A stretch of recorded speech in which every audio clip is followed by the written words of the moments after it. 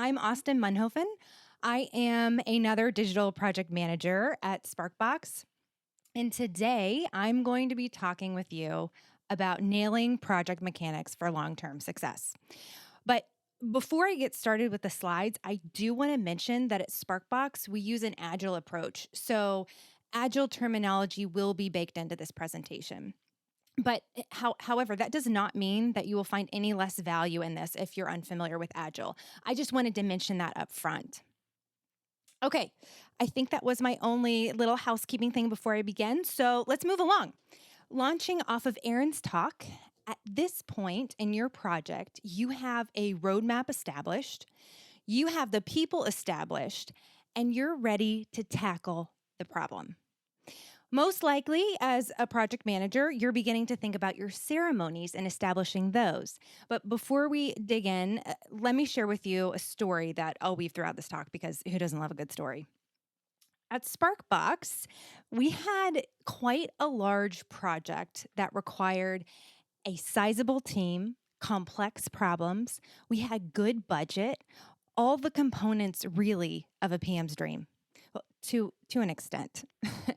And I, as the project manager at this point, had established my ceremonies. I lined up all the mechanics of the day-to-day to have a predictable, solid plan. A plan that I actually thought was foolproof. You know the story's going to be great, right? When as soon as I say I thought I had a plan that was foolproof. What could go wrong? Well, early on, we were running into some issues, and lo and behold, I would eventually come to the conclusion that while the plan may have been foolproof, the people weren't. Hands up. I'm sure you all have your hands up right now. Here's the thing about projects and people.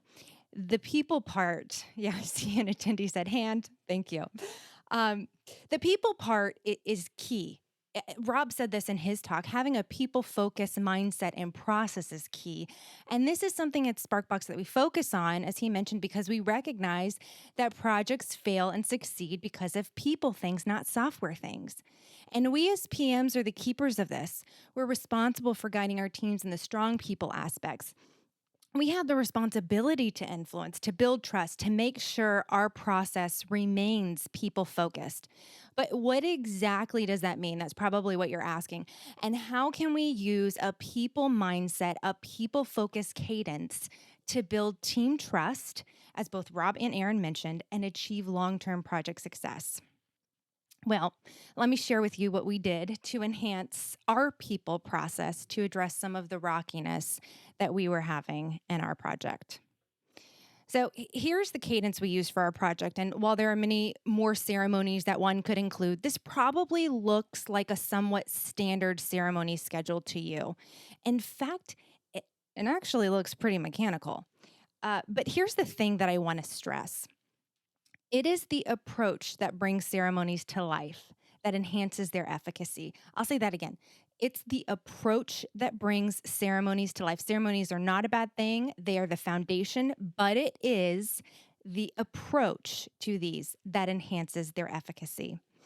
And that approach to creating an intentional people-focused cadence, something to keep in mind is that we're actually working to build trust with each other, build trust with our clients. So let's talk about trust for a minute. Rob talked about this as well in his presentation. So how do we build trust with our clients? Some things that we can do are show that our intentions are in their best interest. We listen openly and earnestly, trying to understand. We are nimble but confident in problem solving. Now, we all know that trust is essential for project success and it takes time to earn it. That's not really revolutionary, but let's go through each of these ceremonies and I'll show you how we were able to build trust with our client with an enhanced people-focused framework so that we were ultimately able to get our project back on the track to Success Town. Because who doesn't love Success Town? That's a fun place to be. So let's first start with sprint planning.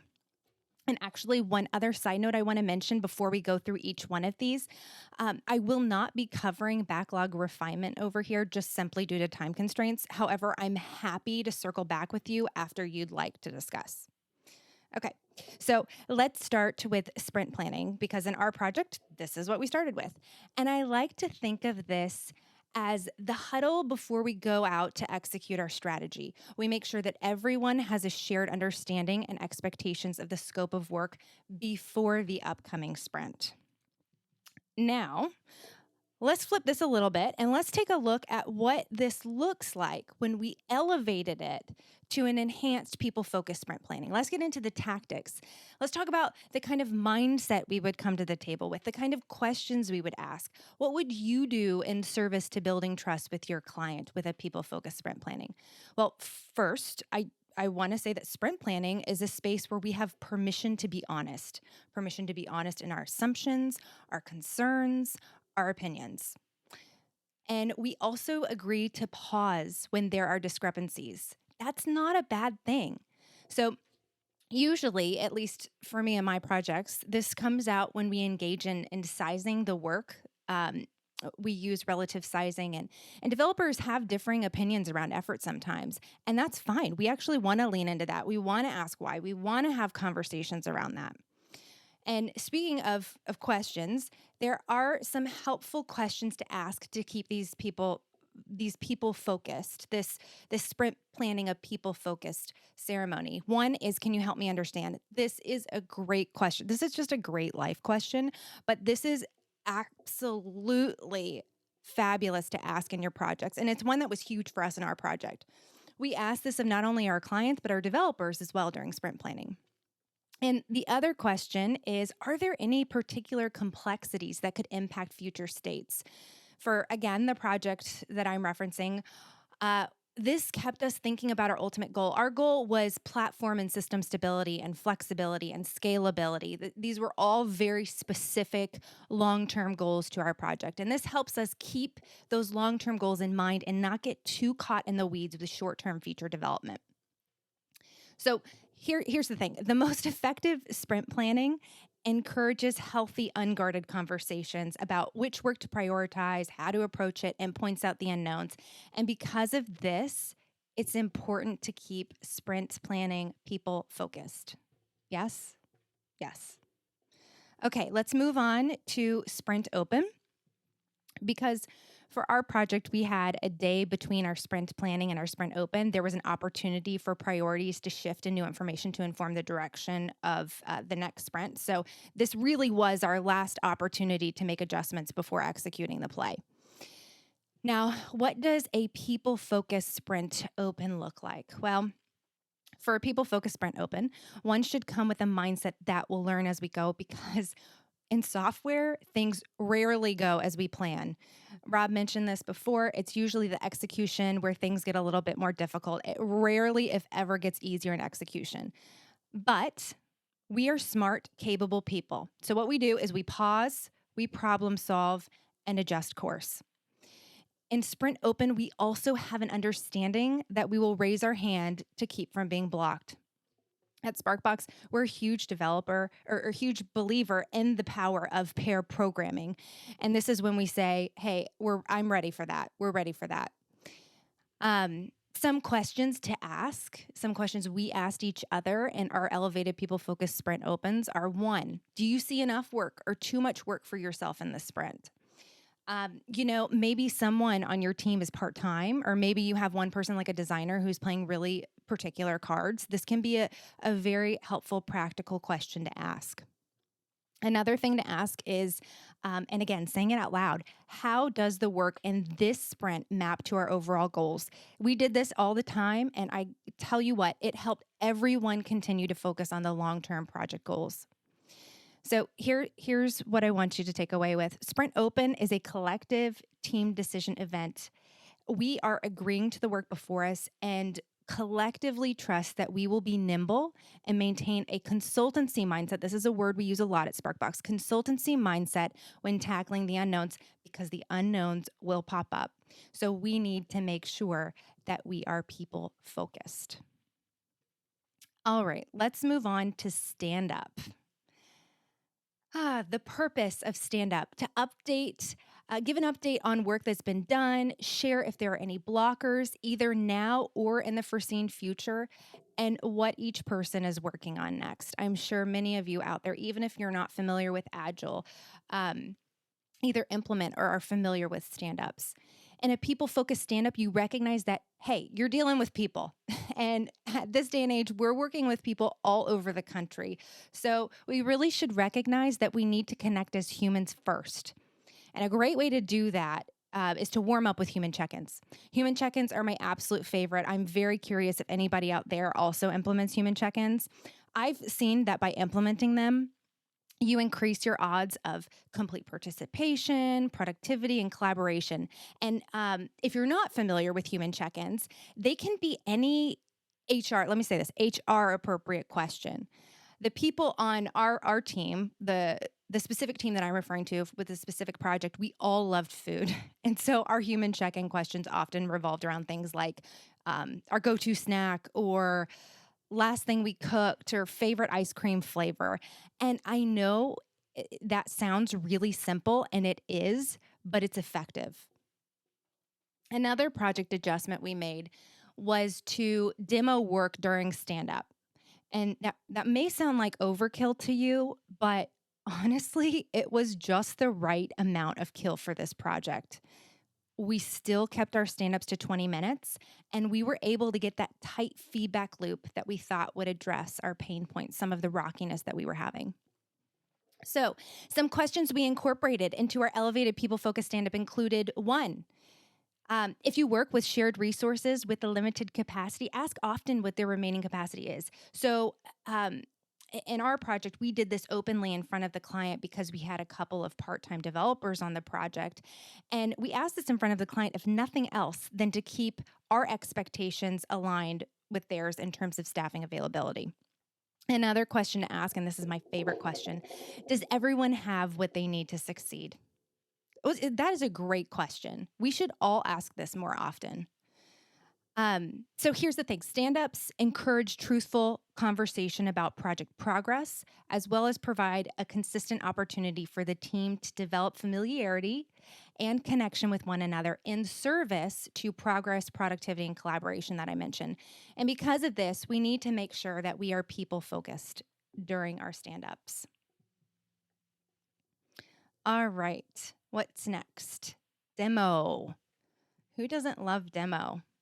How many of you out there, your favorite is demo, or maybe your least favorite is demo? Well, the purpose is to show off all the great work that got us one step closer to reaching our goal. Yes. Is that the only purpose? Let's see. With a people-focused demo, what does that look like? What's the mindset we bring to the table? First, everyone should speak to their own work. And secondly, remember that demos are not only about a pat on the back for work completed. If you're approaching demos with, a puffed out chest and expecting a pat on the back, you may be thinking about them the wrong way. This is really about making sure we're delivering on the right work, and it's getting us closer to the shared project goal. So we are looking for critical client feedback. Questions we implemented during our elevated people-focused demos to encourage feedback. One, we plainly asked the client, did this meet your expectations? Two, does this work bring up something that we need to capture to implement in the future? Now, I am proud of the adjustments we made to demo for our project, and it did help, but if I'm being honest, it didn't fix everything we were hoping for. Because here's what we started to notice as we incorporated feedback and adjusted and elevated our people-focused process. We noticed heavy distraction from our client during our ceremonies, distraction that outweighed any of the feedback we were trying to implement. This was hard. It was really clear that their attention was divided between us and their own client projects. That's really hard. I don't know if anybody else out there has been in that situation. So what did we do with that? Any ideas? Well, let me tell you when we get to retro. So, retro, the purpose of retro is pausing to ask yourself the necessary questions for improvement and continued progress in the right direction. Retro is probably I don't know, it's between stand-up because I love the human check-ins. I think they're so effective, but retro is also up there in terms of one of my favorite ceremonies. It's really crucial for project success. If you don't have a moment where you can reflect on your work, it is really hard to iterate into even better work. In retros, you should absolutely come embracing the prime directive. We did this in our retros by saying it out loud, and we all took turns. We rotated every retro. Someone would say, regardless of what we discover, we understand and truly believe that everyone did the best job they could, given what they knew at the time, their skills and abilities, the resources available, and the situation at hand. It's like we'd said it so much, it became second nature. We memorized it. It gets you in the right mindset to approach this effectively, to not play the blame game. And I highly encourage you to just try saying it out loud as a team. Above all, I do want to point out that retros without action items, and not just action items, but assigned action items, are simply talk. So make sure you have a plan for implementing feedback and know who will help implement that feedback. Questions to ask in a people-focused retro. 1, what is our ideal destination? 2, what are our roadblocks to getting there? Now, knowing that these are the components of a people-focused retro, and knowing we had noticed something from the client, the distraction, and we knew we had to give that feedback, we knew this is where we had to give that feedback. So we knew we had to say that the adjustments we were incorporating in our cadence to make our odds the best possible were being tested with unfocused client conversations. And we didn't use those words exactly, but you know what we did? We gave our clients this tough feedback, and that's hard. I don't know if any of you have ever had to give feedback to a client or maybe a peer or maybe a supervisor who you had to continue working with after the fact, but it is tough. And guess what, though? They thanked us for it. We were able to deliver feedback, critical feedback to our clients because we had gained their trust, and we were able to get our project back on track. How awesome is that?